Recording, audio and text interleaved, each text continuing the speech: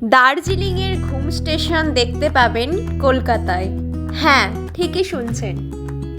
এর পাশাপাশি পৃথিবীর সপ্তম আশ্চর্য একই সাথে দেখতে পাবেন কলকাতার এই জায়গায়।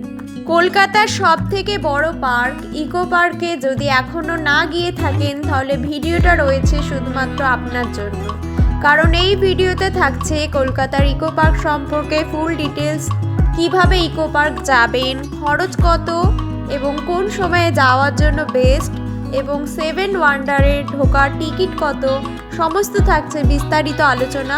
দেখতে থাকুন ভিডিওটা।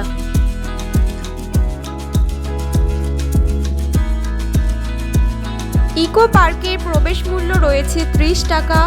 এখানে মোট 6টি গেট রয়েছে, আপনি যে কোনো গেট থেকেই এন্ট্রি করতে পারেন। প্রতিটা গেটের বাইরে এরকম টিকিট কাউন্টার রয়েছে। চলুন এবার দেখিয়ে দিই ইকো পার্কে কি কি জিনিস দেখার মতো আছে।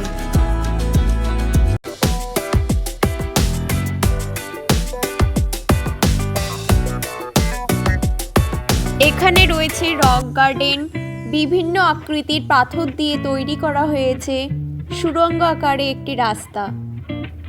আর এখানে রয়েছে বিভিন্ন ধরনের গাছ।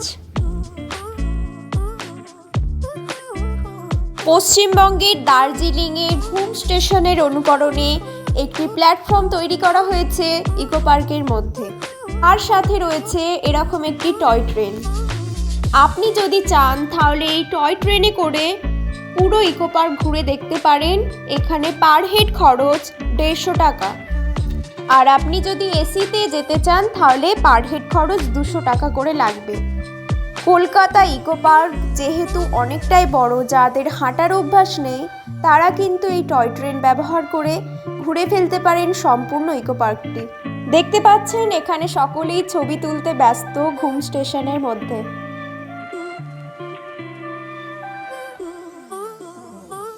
এবার এগোচ্ছি বাটারফ্লাই গার্ডেনের দিকে। এখানে রয়েছে নানান ধরনের উদ্ভিদ এবং ফুলের গাছ তো রয়েইছে, প্রজাপতিদের যেটা সব থেকে বেশি আকর্ষণ করে। এই যে চোখে পড়েছে সুন্দর সুন্দর প্রজাপতি। এই জায়গাটিতে নানান ধরনের প্রজাপতিকে আবদ্ধ করে রাখা হয়েছে, তবে উন্মুক্ত খোলা পরিবেশই এই প্রজাপতিগুলোকে সুন্দর লাগে। কলকাতা ইকো পার্কের মধ্যে রয়েছে সোলার ডোম। 17 ফুট উঁচু এই সোলার ডোমে প্রায় 20,000টির বেশি সোলার প্যানেল রয়েছে, যা 180 কিলোওয়াট বিদ্যুৎ উৎপন্ন করে। সোলার ডোমের ভিতরে প্রবেশ করতে গেলে 200 টাকার একটি টিকিট কেটে নিতে হবে। এই সোলার ডোমটি পুনর্নবীকরণযোগ্য শক্তি, টেকসই জীবনযাপন এবং পরিবেশগত সমস্যা সম্পর্কে সকলকে সচেতন করে। এই গম্বুজটি আভ্যন্তরীণ আলো এবং আশপাশের এলাকায় রাস্তার আলোয় শক্তি দেয়। এখানে রয়েছে মিস্ট গার্ডেন। মিস্ট গার্ডেনে পেয়ে যাবেন এক অদ্ভুত রকমের দৃশ্য। দেখে মনে হবে যেন তুষারপাত হচ্ছে। এখানে দৃশ্যটা বেশ সুন্দর।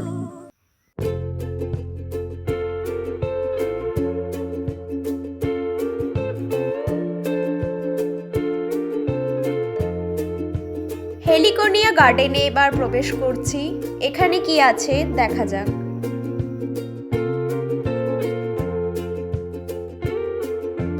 এই গার্ডেনের মধ্যে এই অংশটাতে ফার্ন জাতীয় নানান উদ্ভিদ সংরক্ষিত করে রাখা আছে। ক্যাকটাস জাতীয় উদ্ভিদ সংরক্ষিত করা হয়েছে এই জায়গাটিতে। এত ধরনের ক্যাকটাস জাতীয় উদ্ভিদ বোধহয় প্রথমবার দেখলাম।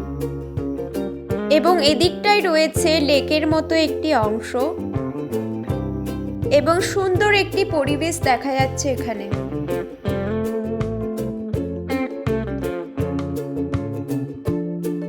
ইকো পার্কের মধ্যে বাংলার ভাস্কর্যের ইতিহাস খুব সুন্দরভাবে তুলে ধরা হয়েছে এই অংশটিতে। আসুন দেখে নিই।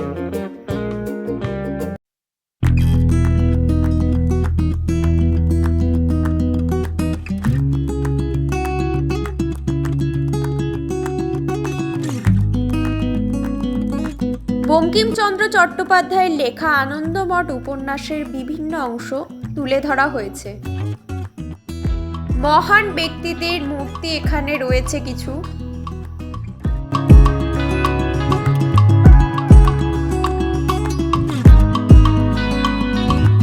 দুর্গা প্রতিমার সুন্দর মূর্তি রয়েছে এখানে। বাচ্চাদের খেলার জন্য একটি সুন্দর চিলড্রেন পার্ক রয়েছে এখানে। কলকাতা ইকো পার্কে আসবেন কিভাবে? সব থেকে সহজ উপায় বলে দিই, বালি থেকে কলকাতা ইকো পার্ক আসার বাস ছাড়ে। সেই বাসে মাত্র 25 টাকা ভাড়া দিয়ে চলে আসবেন সোজা ইকো পার্কের সামনে। হাওড়া থেকে এলে বিশ্ব বাংলা গেট পর্যন্ত বাসে করে এসে তারপর অটো ধরে চলে আসতে পারেন। ইকো পার্কে সাইকেলের ব্যবস্থা রয়েছে। 150 টাকার একটি টিকিট কেটে 1 ঘন্টার জন্য আপনি সাইকেল বুক করে নিতে পারেন।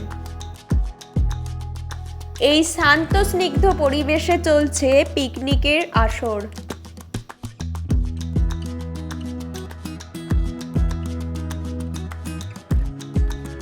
প্রবেশ করছি হার্বাল গার্ডেনে এবং এখানে কি কি গাছ রয়েছে দেখে নেওয়া যাক। এই গার্ডেনটিতে কম করে প্রায় 100টির ওপরে প্রজাতির গাছ ছিল, যেগুলোর অনেক নামই আমার কাছে অজানা।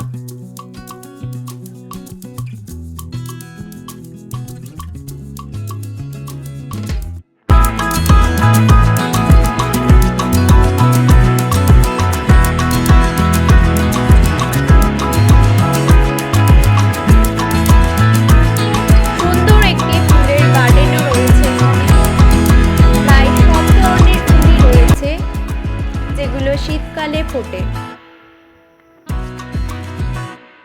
ইকো পার্কের মধ্যেই আপনি পেয়ে যাবেন বিভিন্ন রেস্টুরেন্ট এবং এখানে দেখতে পাচ্ছেন ওয়াও মোমোর একটি স্টল রয়েছে। ছুটির দিন এবং তার সাথে এই শীতকাল, এই ভিড়টা তো এক্সপেক্টেডই। এই লেকটি ইকো পার্কের মূল আকর্ষণ বিন্দু।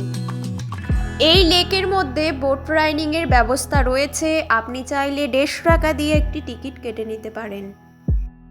ইকো পার্ক অর্থাৎ পরিবেশের সাথে সামঞ্জস্য রেখে যে পার্ক তৈরি, চারিদিকটা দেখলে যা পরিষ্কারভাবেই বোঝা যায়। ইকো পার্কে বাংলার গ্রাম বলে একটি জায়গা রয়েছে, যেখানে একটি গ্রামের পরিবেশ খুব সুন্দরভাবে তুলে ধরা হয়েছে। আমার এই চ্যানেলে এই বাংলার গ্রাম সম্পর্কে ফুল ডিটেলস রয়েছে, আপনি চাইলে দেখে নিতে পারেন।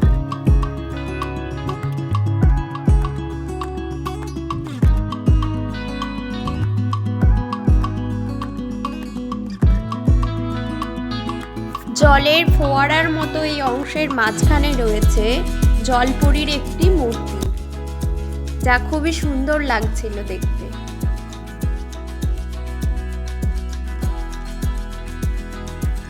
এদিকের এই সুন্দর পরিবেশে বাচ্চারা খেলা করছে এবং বড়রাও বেশ আড্ডা জমিয়েছে।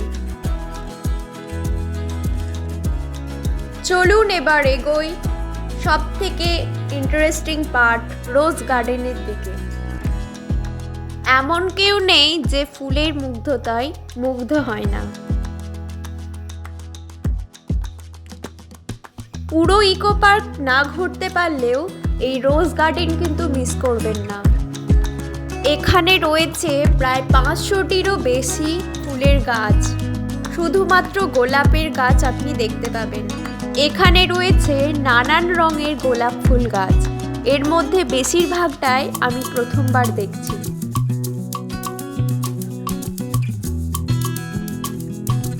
গোলাপ বাগানের মাঝে মাঝে রয়েছে এরকম ফোয়ারা, যেখান দিয়ে জল দেওয়া হয় গাছে। রোজ গার্ডেনে প্রায় উপচে পড়া ভিড় হয়ে গেছে বলা যায়। এই গোলাপের মাঝে কলকাতা শহরের উঁচু উঁচু বিল্ডিংগুলো দেখতে কিন্তু ভারী ভালো লাগছে। ব্যস্ততম কলকাতা শহরের মাঝে যেন এক টুকরো শান্তির খোঁজ। অনেক হাঁটা হয়েছে, এবার কিছুক্ষণ বিশ্রাম নেয়ার পালা, তারপরই এখান থেকে বেরিয়ে পড়ব। এই সুন্দর পরিবেশে বন্ধুদের সাথে, ফ্যামিলির সাথে অবশ্যই আসতে পারেন আপনারা।